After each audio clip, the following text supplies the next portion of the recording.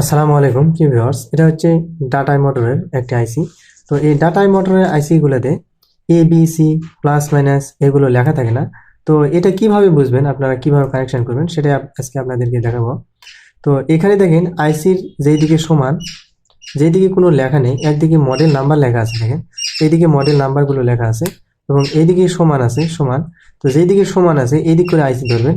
তো আইসি ধরার পরে ডান দিকে যেটা পাবেন, ডান দিকে যে টার্মিনাল পাবেন এটা হচ্ছে কালার, মাঝখানে যেটা পাবেন এটা হচ্ছে নেগেটিভ এবং বাম দিকে যেটা পাবেন এটা হচ্ছে পজিটিভ।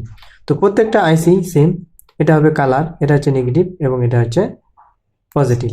কালার, নেগেটিভ এবং পজিটিভ।